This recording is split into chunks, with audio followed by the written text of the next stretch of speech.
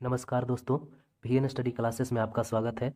आज हम एक रसायन का एक नया टॉपिक लेकर आया हूँ, केमिस्ट्री का, रसायन विज्ञान का, जिसका नाम है पीरियोडिक टेबल, यानी कि तत्वों का आवर्ती वर्गीकरण, पीरियोडिक क्लासिफिकेशन ऑफ एलिमेंट। तो आज हम लोग देखेंगे पीरियोडिक टेबल के बारे में। तो आइए शुरू करते हैं। यह जो संख्या देख रहे हैं, ये जो संख्या है 1 2 3 4 5 6 7, यह जो है पीरियोडिक टेबल का आवर्त दर्शाता है। यानी कि यह जो संख्या है वो पीरियोडिक टेबल के आवर्त को दर्शाएगा। यानी कि 1 लिखा हुआ है तो 1 के सामने जितने भी तत्व हैं वह पहले आवर्त का तत्व कहलाता है। 2 लिखा है तो दूसरे आवर्त का तत्व, 3 लिखा है तो तीसरे आवर्त का तत्व और 4 लिखा है तो चौथे आवर्त का तत्व। के सामने जो भी तत्व आएंगे वह उसी वर्ग के, उसी आवर्त के तत्व होंगे। और जो भी तत्व जिस आवर्त में है उसमें जितने आवर्त की संख्या है, मतलब चौथा आवर्त में है तो वो उसमें 4 ऑर्बिट होंगे। मान लिया जाए कि ये 5 है, ये पाँचवा है, तो और ये चौथा है और ये तीसरा है। तो मान लीजिए कि तीसरा हम सोडियम को लेते हैं, तो सोडियम का जो है ऑर्बिट होगा वो 3 होगा। सोडियम का कितना ऑर्बिट होगा? तो 1 2 3, ये नाभिक होगा। नाभिक के बाहर जो है कितने छल्ले होंगे? 3 छल्ले होंगे, यानी 3 ऑर्बिट, यानी कि कक्षा होंगे। उसी प्रकार चौथे आवर्त का जितने भी तत्व है उसके कितने ऑर्बिट होंगे? तो 4 ऑर्बिट होंगे। उसी प्रकार पांचवें आवर्त का जितना भी तत्व होगा उसका ऑर्बिट 5 होगा।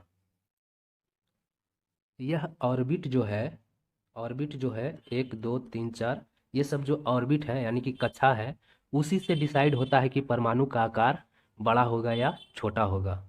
जिसका ऑर्बिट का संख्या जितना ज़्यादा होगा उस परमाणु का आकार भी उतना ही बड़ा होगा। जैसे देखिए, इसमें नाभिक है बीच में और इसमें 2 ऑर्बिट है तो इसका आकार छोटा है। लेकिन ये जो देख रहे हैं, इसका जो नाभिक है, इसके चारों ओर कितने छल्ले हैं, यानी कितने ऑर्बिट हैं? तो 4 ऑर्बिट है। तो इसमें 2 ऑर्बिट हैं और इसमें 4 ऑर्बिट है, तो बड़ा कौन होगा आकार में? तो 4 ऑर्बिट वाला बड़ा होगा। तो जिसका ऑर्बिट का संख्या जितना ज़्यादा होगा उस परमाणु का आकार भी उतना ही बड़ा होता है। अब हम लोग समझते हैं आवर्त में ऊपर से नीचे जाने पर क्या होता है, क्या बढ़ता है और क्या घटता है। तो मैंने पहले ही बताया कि ऑर्बिट ही डिसाइड करते हैं कि परमाणु का आकार बड़ा होगा या छोटा होगा, और जिस ऑर्बिट की संख्या जितना ज़्यादा होगा उस परमाणु का आकार भी उतना ही बड़ा होगा। अगर पीरियोडिक टेबल में ऊपर से नीचे की ओर बढ़ते हैं तो ऑर्बिट की संख्या भी बढ़ती है, जिससे परमाणु का आकार भी बढ़ता है। अगर इस पीरियोडिक टेबल में ऊपर से नीचे की ओर आते हैं तो ऑर्बिट की संख्या बढ़ेगी और परमाणु का आकार क्या होगा? तो बड़ा होगा।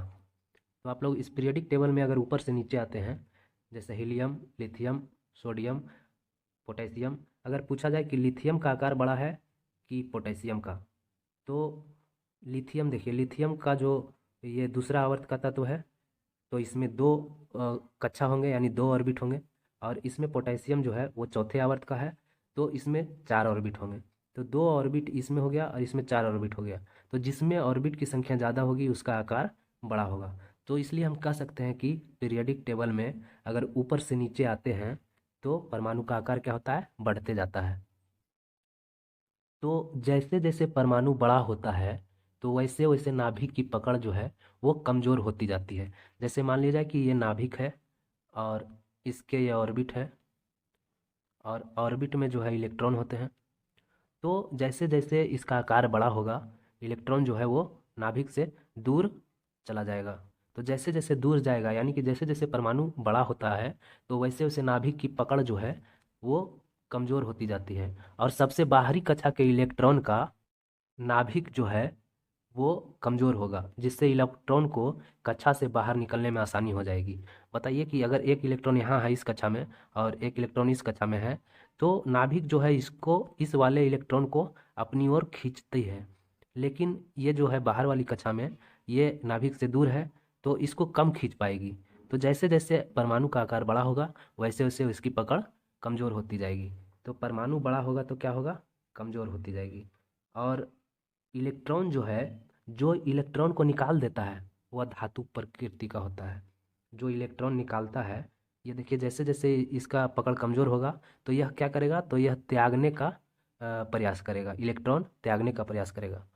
तो इलेक्ट्रॉन को त्यागने की प्रवृत्ति या इलेक्ट्रॉन निकलना, वह कैसा तत्व कहलाएगा, तो धातु कहलाता है। क्या कहलाएगा, धातु प्रवृत्ति का होगा वह। पीरियोडिक टेबल में ऊपर से नीचे आने पर परमाणु का आकार बढ़ने लगता है, जिससे इलेक्ट्रॉन जो है वो आसानी से बाहर निकलने लगता है, जिससे ऊपर से नीचे आने पर धात्विक गुण बढ़ने लगता है। जैसे इस पीरियोडिक टेबल में ऊपर से नीचे की ओर आएंगे तो क्या होगा, परमाणु का आकार बढ़ेगा, और परमाणु का आकार बढ़ेगा तो इलेक्ट्रॉन जो है वो नाभिक से दूर जाने लगेगा, और नाभिक से दूर जाएगा तो आसानी से बाहर निकलने लगता है, जिससे ऊपर से नीचे आने पर उसमें कैसा गुण आ जाएगा, तो धात्विक गुण आ जाएगा। यानी कि इलेक्ट्रॉन को निकालने का जो प्रयास करेगा, यानी कि त्यागने का प्रयास करेगा, तो वह कैसा गुण आएगा, उसमें धात्विक गुण आने लगता है। तो इसमें हम कह सकते हैं कि पीरियोडिक टेबल में यानी आवर्त सारणी में ऊपर से नीचे जाने पर धात्विक गुण क्या होता है, बढ़ता है। तो परमाणु का आकार क्या होगा, बढ़ता है ऊपर से नीचे जाने पर, और धात्विक गुण भी बढ़ता है। इसमें हम लोग तीन चीज़ देखेंगे। एक आयनन विभव। तो आयनन विभव किसे कहा जाता है, इलेक्ट्रॉन को बाहर निकलने में जो मेहनत यानी ऊर्जा लगती है उसे आयनन विभव या आयोनाइजेशन पोटेंशियल कहा जाता है। तो ऊपर से नीचे जाने पर आयनन विभव कम लगता है। देखिए मान लीजिए कि ये नाभिक है और ये ऑर्बिट है और इसमें इलेक्ट्रॉन होते हैं। तो कहने का मतलब है कि ऊपर से नीचे जाने पर आयनन विभव कम होने लगता है, क्योंकि इसकी जो पकड़ है, नाभिक की जो पकड़ है इलेक्ट्रॉन से, वो दूर होने लगता है, कमज़ोर होने लगता है। तो कमज़ोर जब होने लगेगा तो इसमें जो है वो खींचने की प्रवृत्ति जो है, यानी कि इलेक्ट्रॉन को बाहर निकालने, आसानी से बाहर निकाल देगा, कम इसमें विभव लगेगा, यानी कि ऊर्जा कम लगेगा खींचने में, यानी कि बाहर खींच कर निकालने में इसको ऊर्जा कम लगेगा। और अगर यही नाभिक के नज़दीक इलेक्ट्रॉन है, इसको अगर बाहर निकाला जाए खींच के, तो इसमें बहुत ऊर्जा लगेगा, यानी बहुत विभव लगेगा। तो वही इसमें बताया गया है कि इलेक्ट्रॉन को बाहर निकलने में जो मेहनत या ऊर्जा लगती है उसे आयनन विभव कहा जाता है। तो इसमें क्या होगा कि ऊपर से नीचे जाने पर आयनन विभव का मान क्या होगा, बढ़ेगा। और इलेक्ट्रॉन बंधुता किसे कहा जाता है, तो पहले इसको और देख लेते हैं। अब देखिए, अब पीरियोडिक टेबल में जैसे जैसे ऊपर से नीचे आएंगे तो वह इलेक्ट्रॉन को त्यागना चाहेगा। यह जो है जैसे जैसे जो है वो पीरियोडिक टेबल में जैसे जैसे हम ऊपर से नीचे आएंगे तो क्या होगा, परमाणु का आकार बढ़ेगा और वह इलेक्ट्रॉन को त्यागना चाहेगा। तो नाभिक अगर एक इलेक्ट्रॉन को खींचता है तो उसे इलेक्ट्रॉन बंधुता कहा जाता है, और अगर दो इलेक्ट्रॉन को खींचता है तो उसे विद्युत ऋणात्मकता कहा जाता है। अगर दो इलेक्ट्रॉन को खींचता है तो वह क्या कहलाएगा, विद्युत ऋणात्मकता कहलाता है। और अगर एक इलेक्ट्रॉन को खींचता है तो उसे इलेक्ट्रॉन बंधुता कहा जाता है। जब हम पीरियोडिक टेबल में ऊपर से नीचे आते हैं तो नाभिक जो है इलेक्ट्रॉन को खींचने की बजाय दूर भगा देता है। यानी कि जब हम ऊपर से नीचे आएंगे तो परमाणु का आकार बढ़ेगा और वह इलेक्ट्रॉन नाभिक से दूर जाएगा। नाभिक से दूर जा रहा है तो नाभिक से जब दूर जाएगा तो क्या होगा, वह नाभिक जो है इलेक्ट्रॉन को खींचने की बजाय अपनी ओर खींचने की बजाय दूर भगाने लगता है। इसलिए ऊपर से नीचे आने पर विद्युत ऋणात्मकता भी घट जाती है।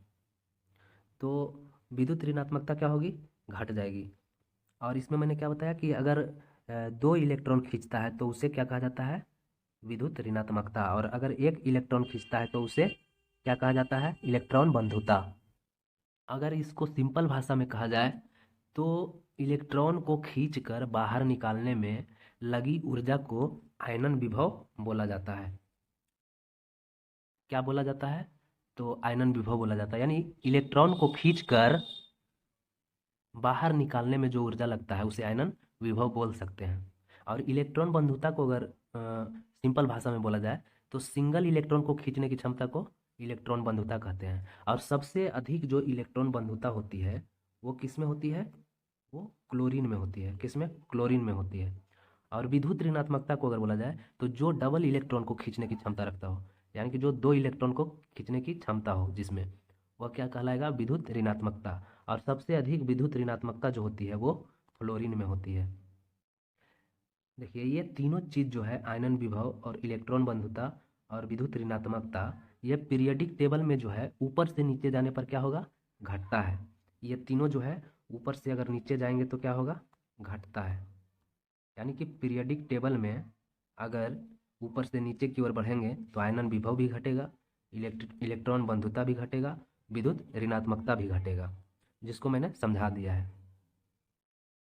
आयनन विभव क्यों घटेगा? क्योंकि देखिए जैसे जैसे ये परमाणु बड़ा होगा ऊपर से नीचे आने पर, तो इलेक्ट्रॉन जो है नाभिक से वो दूर भागना चाहेगा, और नाभिक से जब दूर भागना चाहेगा तो उसमें बाहर निकलने की प्रवृत्ति हो जाएगी, तो उसे क्या करेगा? बाहर निकाल देगा।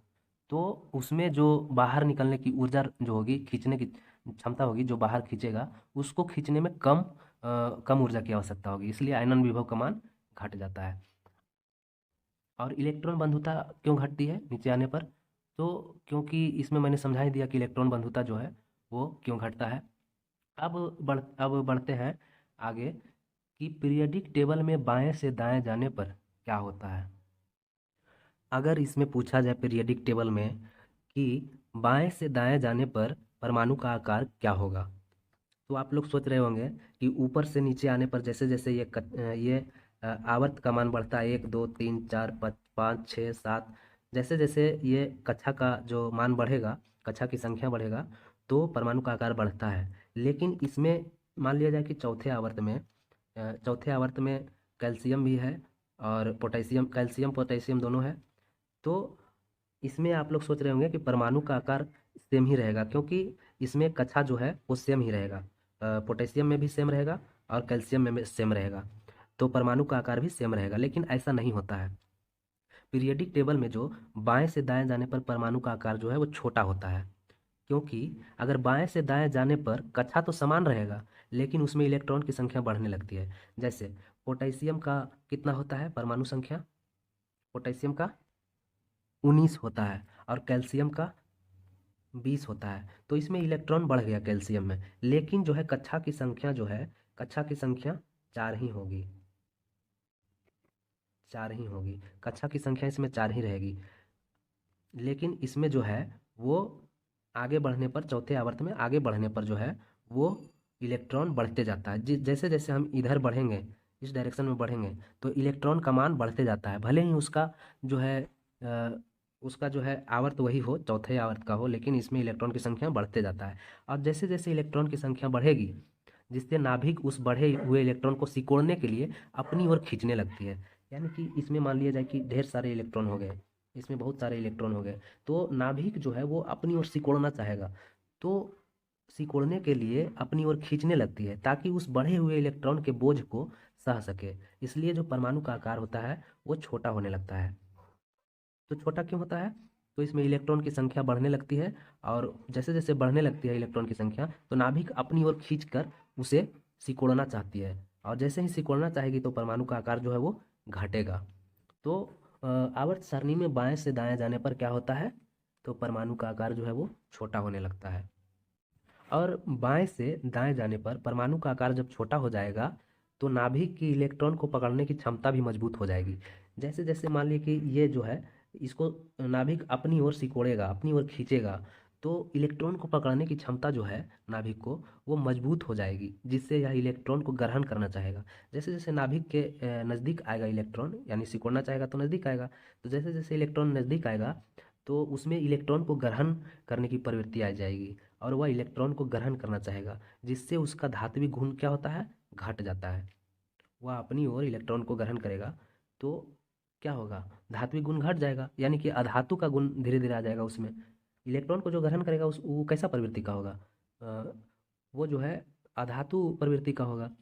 तथा आयनन विभव भी बढ़ जाएगा, क्योंकि जैसे जैसे ये सिकोड़ना चाहेगा अपनी ओर, तो उसको जो है सिकोड़ने में ऊर्जा जो है बहुत अधिक लगेगा, यानी आयनन विभव का मान जो है वो बढ़ जाएगा, और इलेक्ट्रॉन बंधुता और विद्युत ऋणात्मकता भी बढ़ जाएगी।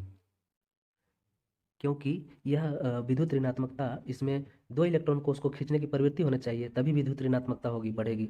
तो इसमें आयनन विभव अधिक है, यानी खींचने की क्षमता अधिक है, तो वो दो इलेक्ट्रॉन को भी खींच लेगा। तो दो इलेक्ट्रॉन को जब खींचेगा तो उसमें विद्युत ऋणात्मकता बढ़ जाएगा, और इलेक्ट्रॉन बंधुता, एक इलेक्ट्रॉन को खींचेगी तो उसमें इलेक्ट्रॉन बंधुता भी बढ़ जाएगा। जब एक दो इलेक्ट्रॉन को खींच ही रही है तो एक इलेक्ट्रॉन को भी खींच लेगी, यानी कि उसमें इलेक्ट्रॉन बंधुता और विद्युत ऋणात्मकता का मान भी बढ़ जाएगा। तो हम लोगों ने क्या देखा कि जैसे जैसे आवर्त सारणी में बाएं से दाएं जाते हैं तो परमाणु का आकार क्या होता है, घटता है, और धात्विक गुण भी घटता है। यानी कि कैसी प्रवृत्ति की हो जाएगी, तो वह अधातु प्रवृत्ति की होगी। जैसे जैसे हम बाएं से दाएं की ओर जाएंगे तो प्रवृत्ति कैसा मिलेगा, अधातु का। और आयनन विभव क्या होगा, तो बढ़ जाएगा, और इलेक्ट्रॉन बंधुता भी बढ़ जाएगा, और विद्युत ऋणात्मकता भी बढ़ जाएगा। इसको हम देखते हैं एक ग्राफिक ग्राफिक की मदद से, यानी ग्राफिकल एनालिसिस देखते हैं इसका। देखिए मैंने क्या बताया कि अगर ऊपर से नीचे आते हैं, आवर्त सारणी में ऊपर से नीचे आते हैं तो परमाणु का आकार क्या होगा, बढ़ेगा, और धात्विकता यानी धातु का गुण भी बढ़ेगा, और इलेक्ट्रॉन को त्यागने की क्षमता भी बढ़ेगी, तीनों चीज बढ़ेगा। और जैसे जैसे बाएं से दाएं की ओर जाएंगे तो क्या होगा, परमाणु का आकार छोटा होगा, क्योंकि वह सिकुड़ना चाहेगा, और धात्विकता कम होगी, यानी कि कैसा गुण आएगा उसमें, अधातु का गुण आ जाएगा, और इलेक्ट्रॉन त्यागने की क्षमता भी कम हो जाएगी, क्योंकि वह नाभिक जो है अपनी ओर खींचेगी, तो इलेक्ट्रॉन त्यागने की क्षमता जो है वो कम हो जाएगी। और इसमें क्या होगा कि जैसे जैसे हम ऊपर से नीचे की ओर आते हैं तो विद्युत ऋणात्मकता जो है वो घट जाती है, और इलेक्ट्रॉन बंधुता भी घट जाती है, आयनन विभव भी घट जाती है। तो हमें इस तरह से याद रखना है कि ऊपर से नीचे आने पर तीन चीज जो है, परमाणु का आकार, धात्विकता और इलेक्ट्रॉन का त्यागने की क्षमता जो है वो बढ़ेगा, लेकिन तीन चीज जो है वो घटेगा, विद्युत ऋणात्मकता जो है घटेगी, इलेक्ट्रॉन बंधुता घटेगी, आयनन विभव घटेगा। तो ये ऊपर से नीचे आने पर। और बाएं से दाएं जाने पर विद्युत ऋणात्मकता बढ़ेगी। जस्ट इसका जो है ये उल्टा होता है, विद्युत ऋणात्मकता बढ़ेगा, इलेक्ट्रॉन बंधुता भी बढ़ेगा, आयनन विभव भी बढ़ेगा। तो दोस्तों इस वीडियो में मैंने इतना ही बताया है, और इसके आगे मैं अगले पार्ट 2 में बताऊंगा। तो उम्मीद करता हूँ कि आप लोग को अच्छे से समझ में आया होगा। और इसके बारे में मैं पीरियडिक टेबल शुरू करने से पहले मैंने इतना चीज़ बताया है। अब अगले पार्ट में मैं बताऊंगा शुरुआत से पीरियडिक टेबल से। ये तो मैं ऊपर ऊपर ही बताया हूँ, अगले पार्ट में मैं बताऊंगा, डिटेल से शुरुआत करूंगा पीरियडिक टेबल को। तो मिलते हैं नेक्स्ट वीडियो में, तब तक के लिए जय हिंद।